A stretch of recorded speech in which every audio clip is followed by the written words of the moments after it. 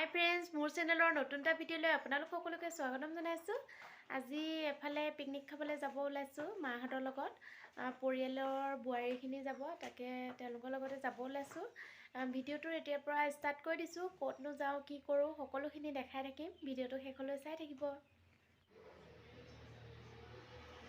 এইজনী আমাৰ মুনু ৰেডি হৈ গ'ল পিকনিক যাবলৈ, হয় নাই? পিকনিক যাবলৈ ৰেডি হৈ গ'লো। ব'লা। এয়া এতিয়া আমি পিকনিকৰ গাড়ীত উঠিবলৈ আহি গ'লোঁ। মেজিক এখন লৈছে এয়া।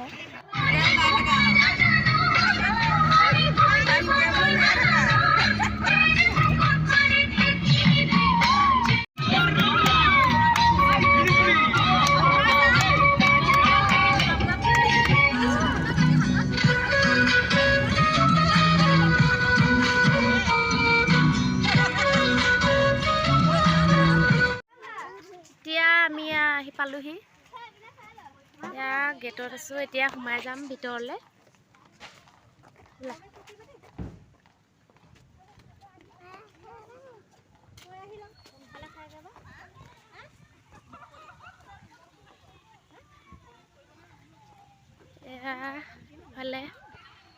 ইফালে এনেকৈ মানুহে কাম লগাই আছে, ফুলৰ পুলি হৈ আছে।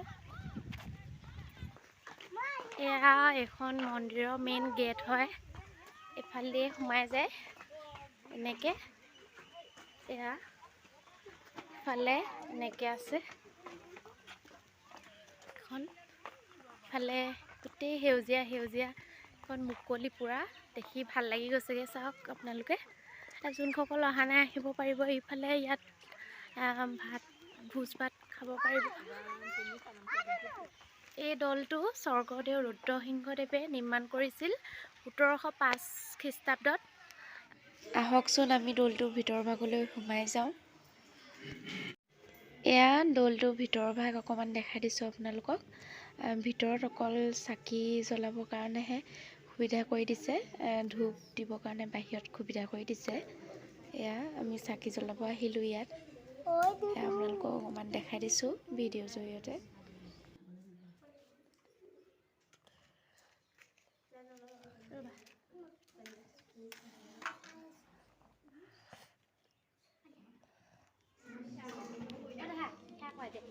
হ'ব চাৰি কাষটো এইফালে এটা ডাষ্টবিন বনাই থৈছে এনেকৈ লেতেৰা বস্তু পেলাবৰ কাৰণে। এতিয়া ফালে পাঁচ চাইডটো আপোনালোকক দেখাই দিছোঁ, মন্দিৰৰ পাঁচ চাইডটো। এইটো এটা সুৰংগ হয়, যিটো ৰুদ্ৰসিংহদেৱে নিৰ্মাণ কৰাইছিলে। ইয়াৰ তলেদি গৈ মাঘনোৱা বিলত ওলাবগৈ পাৰি, যিটো এতিয়া বন্ধ হৈ আছে। গোটেই চাৰিকাষটো দেখাই দিছোঁ।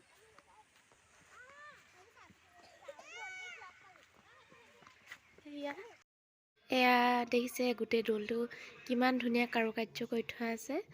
কিছুমান জহি খহি গ'ল, এতিয়া কিছুমান আছে এতিয়াও। পুৰোহিত ককা এজনৰ মুখেৰে আহকচোন আমি শুনো মাঘনোৱা দৌলৰ বিষয়ে কিছু কথা। এই মন্দিৰটোৰ নাম হ'ল, আচলতে পুৰণা নাম হয় মাঘ নৰুৱা, তাৰপৰা অপভ্ৰংশ হৈ মাঘনোৱা হ'ল। এইটো 1705 চনত স্বৰ্গদেউ ৰুদ্ৰসিংহই নিৰ্মাণ কৰাইছিল, আৰু কিছু কাম থাকি গ'ল নেকি কোৱা হয়।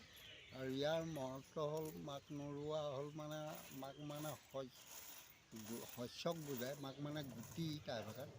আচলতে মাঘ নৰুৱা অৰ্থটো হ'ল শস্যৰ যিগৰাকী মেইন অধিষ্ঠাত্ৰী দেৱী, তেখেতক ইয়াত বহোৱা হৈছিল। সেইকাৰণে আমাৰ এতিয়াও জনসমাজৰ মাজত মাঘৰ বিহুৰ বা মাঘ মাহত গছত ধান খেৰে পকাই ৰছী কৰি গছজোপা বান্ধি কোৱা হয় যে মাঘনোৱালৈ নাযাবি, ফল ভৰি ভৰি লাগিবি। সেইটো নীতিৰে চাই আমি মাক শস্যৰ অধিষ্ঠাত্ৰী দেৱী বুলি আমি ক'ব পাৰোঁ। তাৰোপৰি কি হয়, ইয়াত আমি এফালে দেখিছোঁ ৰাইজে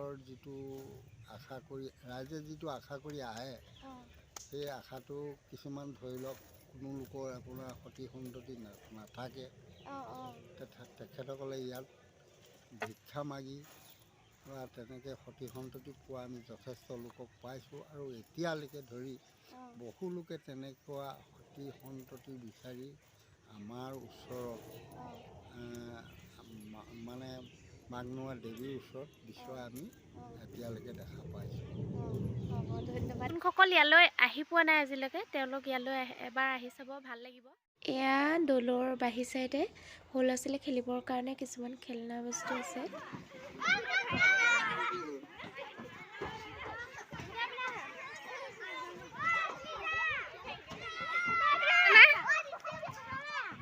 এইফালে ঝুলনা ঝুলি আছে এইখন, এইফালে পৰিবা মুনু, লাহে লাহে যোৱা।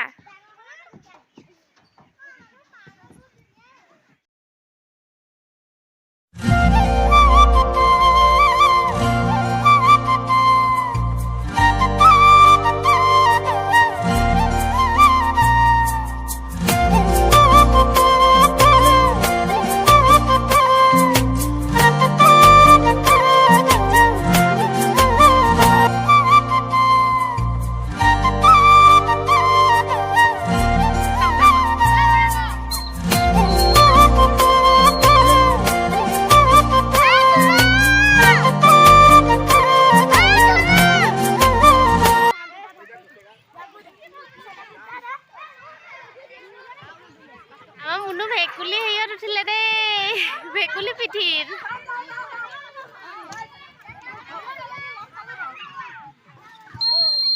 গুচি আহা, পুৰা ৰ'দ দিছে। এতিয়া এয়া চবেই চাহ খাই আছে, চাহ ব্ৰেড এনেকৈ কিবা কিবি লৈ আহিছিলে খাই আছে।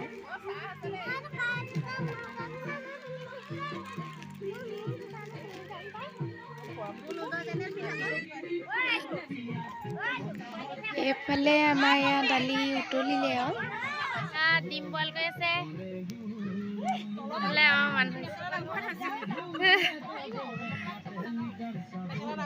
ভালকে চাই দিব আকৌ এপাক। এয়া মছলা হেৰি কৰি আছে দেই। এইফালে পাচলি কটা মানুহ দেই, এইফালে পাচলি কাটি আছে মা উই।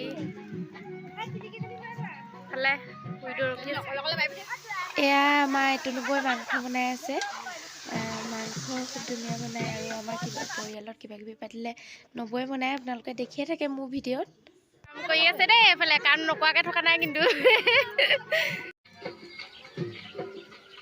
এইফালে ভাত বনাই আছে দেই, এইফালে মাংস হৈ আছে।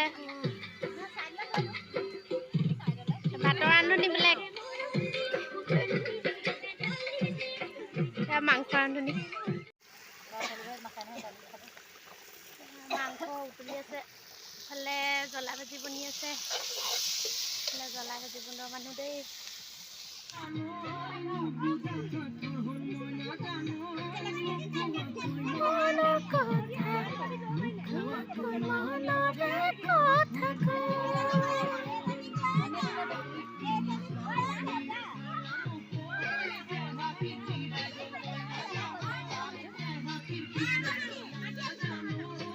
এয়া আমাৰ খানা ৰেডি হৈ গ'ল, এইফালে খাই আছে, এয়া এইফালে, এয়া এইফালে খাই আছে।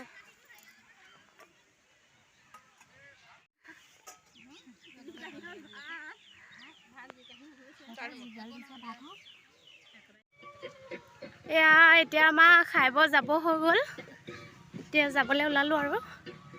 এয়া অকণমান যোৱা আগমুহূৰ্তত ভিডিঅ'টো অকণমান কৰি দিছোঁ। ভিডিঅ'টো আজি এনেকৈ সামৰণি মাৰিছোঁ। যদি ভিডিঅ'টো ভাল পাইছে like, comment, share and subscribe কৰি দিব। আজিলৈ